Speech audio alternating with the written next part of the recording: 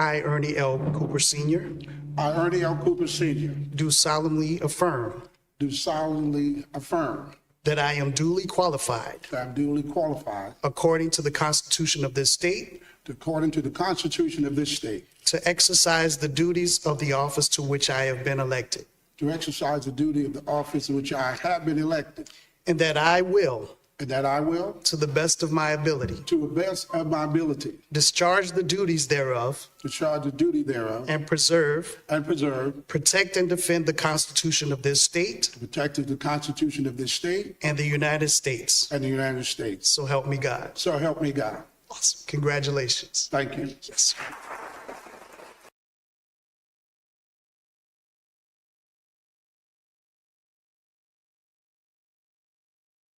Like that. History was made, and so again, I want to congratulate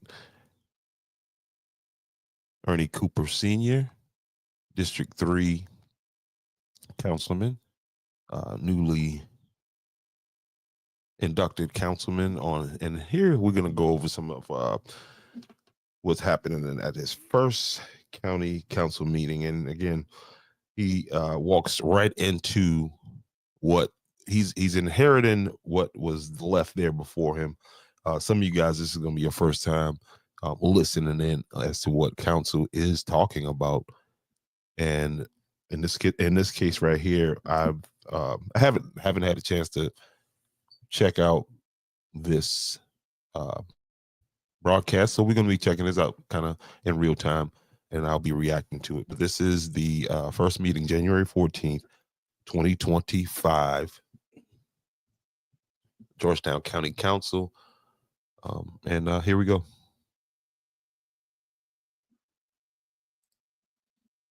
And what I've done, if you again, you can go to YouTube and watch this here for yourself, but I've fast forwarded past a lot of, the introduction, the prayer that was done by Ernie Cooper Sr.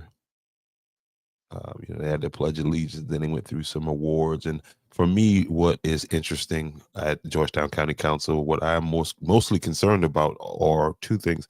One, what type of ordinance, coming up, or what kind of, things like that are being changed, laws. And the other thing is the concerns of the citizens and what people are saying.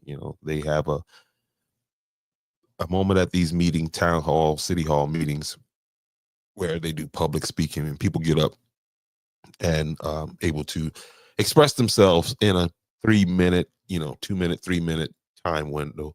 And so here, just at first glance, I saw the chamber was filled, and apparently there's some type of issue going on over on 51.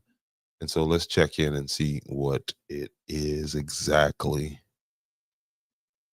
that is being talked about here. Let me check my sound here real fast, make sure I'm giving you guys the best quality sound, and it looks like everything is working properly. But here we go. This is the meeting from yesterday.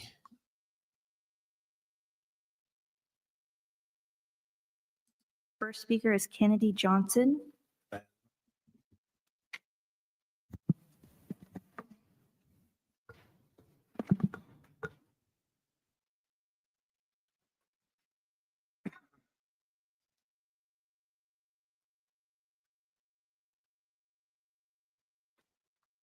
Thank you. Congratulations, Mr. Chair, Vice Chair, County Council members. My name is Kennedy Johnson. I'm here to respond to the request from Mr. Thomas later on rezoning partial property from VR10, which is Village Residential, to Resort Commercial District. Not only are we trying to keep what the county has deemed VR10 for our community, not only for us, but for our children, and trying to make it safe because of traffic conditions. Believe me again, if this is approved, not only would our lives be changed, but we're talking about our families and our kids' lives change also. This is a village residential, which means reduced traffic. It's unfortunate that unknowingly Mr. Thomas had purchased that property, thinking he would be able to put his new business there. That's unfortunate. It's unfortunate that we're here again trying to defend and say what can't be put there. We want to keep it as VR10. The county said it, and that's what we want also.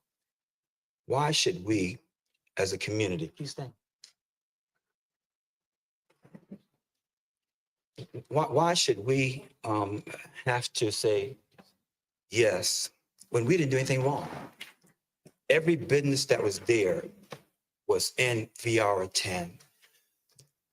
Barbershop, even the shop that Mr. Thomas bought was VR10. It's not our fault he didn't do that. So why should we have to deal with whatever's coming there? We talk about residential commercial district, resort commercial district. Resort commercial district is designed within the community, typically near a tourist, which is like the beach or mountain, but it says near a tourist attraction. My last check, Browns Ferry is not a tourist attraction. You should probably check again, sir, because the state park being built there clearly means that this is a tourist attraction. It's clearly a tourist attraction. And so it sounds like, again, and I'm just catching on to what you're saying, but it sounds as if you're not understanding the changes that are going on around you. It sounds as if, again, and I understand what you're saying, and I know the area that you're talking about, but there is a state park, the first state park in years and years and years and years and years in the state of South Carolina that is currently being developed right around you. So that's why these changes are taking place in these, with these, in regards to these zoning and different laws. Is just you're not getting your information in a timely manner. It's like you getting to the game in the fourth quarter with like 10 seconds left on the clock, and you're down 50. We have residential homes surrounding everywhere Mr. Thomas building is, everywhere, in front, on both sides, in the back. This is not a tourist area. A reminder also, Village Residential is designed to reduce traffic congestion. Putting a tourist attraction right there. And by the way, one of the owners of the property, 80-something years old, Mr. Quickback. I mean, also too, over in that area, and I know Brownsbury a little farther down the road, but you're talking about traffic situation. It seems to me that Ray Funny is doing everything possible to get more traffic into that area by finishing out, by doing that connector right there to 51. I mean, yeah, that Brick Chimney Road, by connecting it, and then now you take that, he's going to take Brick Chimney Road and go even farther out, across. So, yeah. Wow. Back here.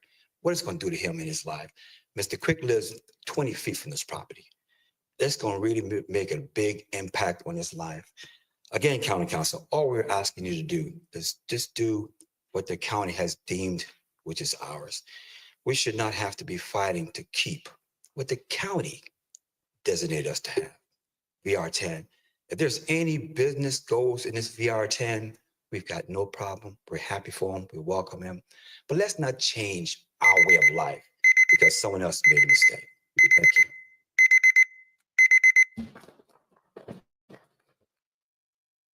Andrew McDonald.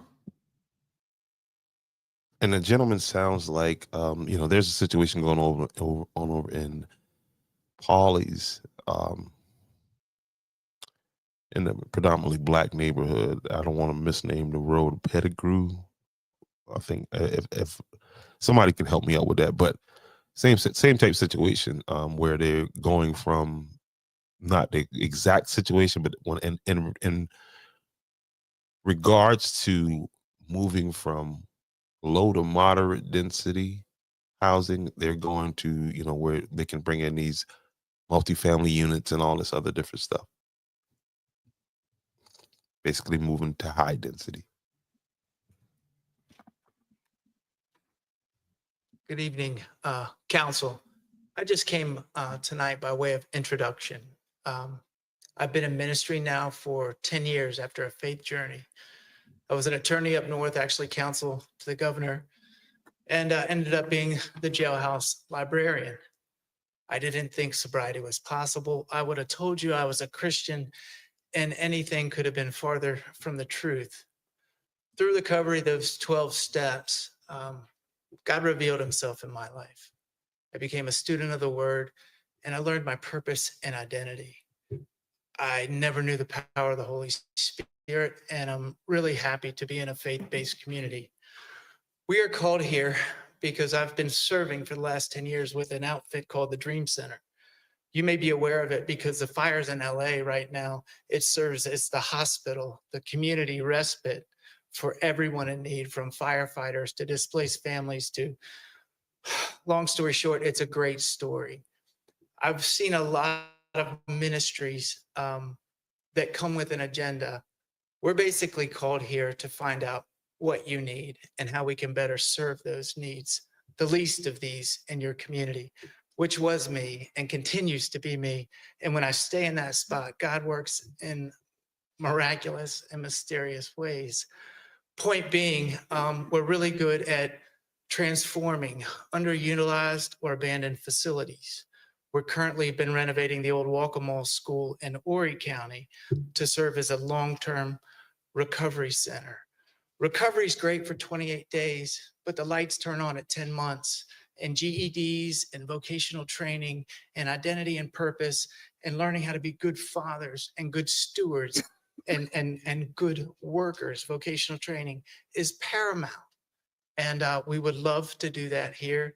I'd love to meet with a redevelopment or strategic planning team or any kind of township administrator if there's areas of need or underutilized spaces where we can come in with this army and be the light serving the least of these.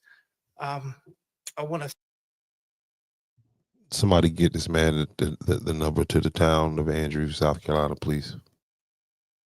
thank you for your time and appreciate being called here. I have no idea where this is going, but to tell you that the Lord is with us, I went by faith down to the county council or the government building today, had no appointment, but ended up spending an hour with Judge Love. By the end of that conversation, we were holding hands with tears in our eyes and Holy Spirit chill bumps. I further went to explore Georgetown and found myself in an old church, call it the Love Chapel. I walked in and there was a lady on her knees weeping and praying. And I sat down and I held her hand and we shared testimonies. And she told me she was Judge Love's counterpart, Judge Vanderhost, praying on her lunch break. And it's an exciting time for this town. Happy to be of service and happy to say hello. Dan Stacy.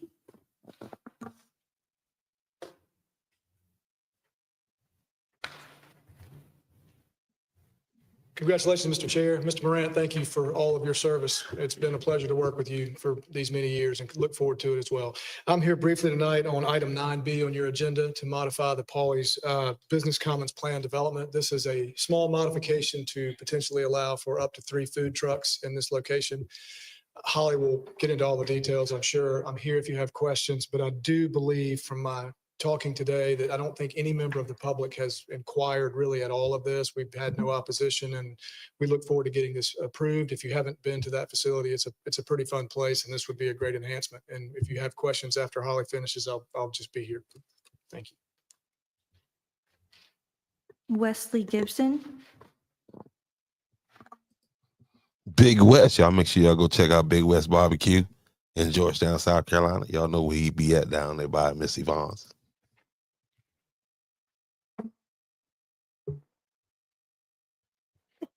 Congratulations, Mr. Chairman. I'm here to speak on 10C. I'm just here to reemphasize on what Mr. Johnson spoke about earlier. If it's resort commercial, that traffic on 51, right at the top, it's at the top of a hill on a 2-lane highway where you have to break your speed from 55 to 45. The highway patrolmen will give plenty of tickets right there. Safety is paramount for this community. You got a small church that sits back in the field. Can you imagine with a commercial resort, what would it do to those parishioners? My church is in that community right down the street. But Brother Gibson, I really think the harsh reality of it is that this is a foregone conclusion. I feel like right now, all of you guys you're looking at people, a body, okay? Because you got two people that just got there. And this is what you adopt when you sign up to be a councilman. You move right into this, okay? And if you're not focused or you're not into what it is you're doing, you're going to be voting on some situations that is going to have some effects that are going to be long lasting. And so, you know, this is serious business. But I think in this case right here, what they're talking about, the area that they're talking about, I think there's too many powerful people at play in that community, in that area that, you know, again, we're talking about, you know, reducing traffic over there. Then why is there such a how did if the goal is to keep it the way you guys are saying it, then how is it that Ray Funny is able to get the funding and be able to move forward on that Brick Chimney Road project? It seems as if they are full steam ahead, go on, get as much traffic as you can through this area, because we got things down here that need to, you know, people need to hunt, people need to do this, let's We have problems with traffic right now. But my main thing is this county wants to grow, and I want to grow with it. But you have these people that are buying up this land. I followed one little piece of land on 17, followed it through the planning commission. He was denied. He came back and said he wanted to build a house because his son him and the son wanted to fish and hunt. You guys granted it. Now he can build 34 houses there. And guess what? There's a billboard up. That's what you call a workaround. And that's why, you know, early on, man, when I linked with Mr. Gibson, I'm telling you guys, it's important that you spend time and talk with these people like this man right here, because they do the due diligence. They can speak intelligently about the nuances of these ordinances and these, because they've been there. They didn't just get, you know, familiar with the situation. He's been familiar with the situation. And, you know, what's good to see is those people out there in the back. But again, we got to get early on this. We got to be a little bit more earlier to the party, because it sounds like now you asking them not to vote. And historically with this body, yeah, the way this body votes has been kind of theatrical, to say the least. With his name on it, his face on it, and his name. He's selling the land. He's not building no house. Make sure these people understand what they're doing and that they're going to do what they say they're going to do. But as far as you disturbing this small community, please, this time do what is right for the people. I don't think I don't have any faith that this body will do that, because of the hand behind this body, which is the real estate industry.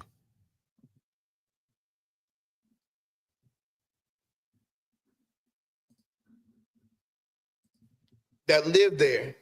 I'm sure he wouldn't want to put a resort commercial next to his property and where he lives. Thank you. That was our final speaker. Thank you for your comments. And that concludes that portion of it.